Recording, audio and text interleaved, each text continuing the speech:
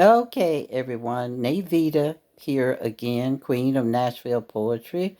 Can you believe that we're uh, here at the last day of April? This is April 30th, and again, April is National Poetry Month. And I think this particular piece, even though it's not mine, it so inspired me that I kind of added it to a lot of the times when I went out to speak and said poetry. And I think it's very timely for today because it's entitled Leaving the City of Regret. Kind of a piece inspired by an email written by Joyce Myers, I Dare You speech. That's where they said this kind of came from. I had not really planned on taking a trip this time of year, and yet I found myself packing rather hurriedly.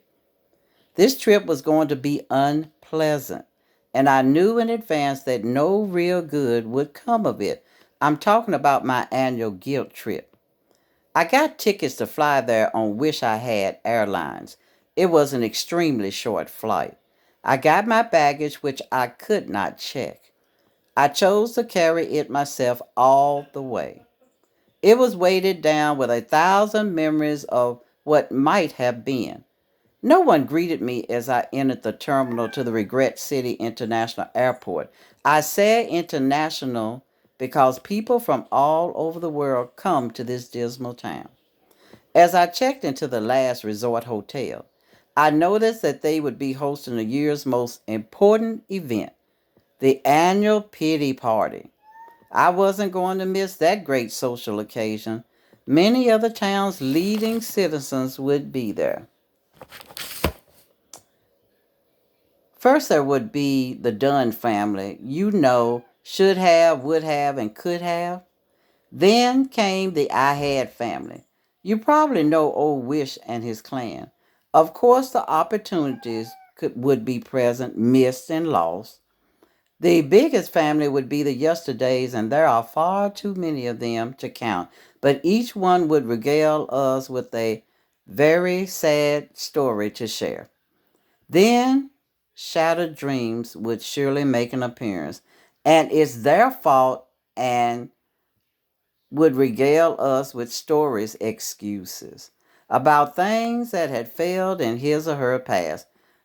And each story would be loudly applauded by "Don't blame me and I couldn't help it." Well, to make a long story short, I went to this depressing party knowing that there would be no real benefit in doing so. And as usual, I became very depressed. But as I thought about all the stories of failures brought back from the past, it occurred to me that all of this trip and subsequent pity party could be counseled by me. I started to truly realize that I did not have to be there. I didn't have to be depressed. One thing kept going through my mind: I can't change yesterday, but I do have the power to make today a wonderful day. I can be happy, joyous, fulfilled, encouraged, as well as is encouraging. Knowing this, I left the city of regret immediately and left no forwarding address.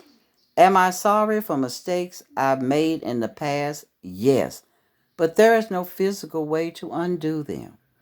So if you're planning a trip back to the city of regret, please cancel all your reservations now. Instead, take a trip to a place called Starting Again. I liked it so much that I have now taken up permanent residence there.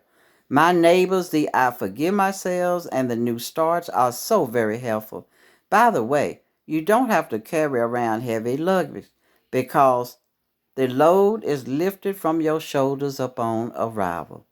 God bless you in finding this great town. If you find it, it's in your own heart.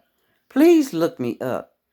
I'll be living on I Can Do It Street.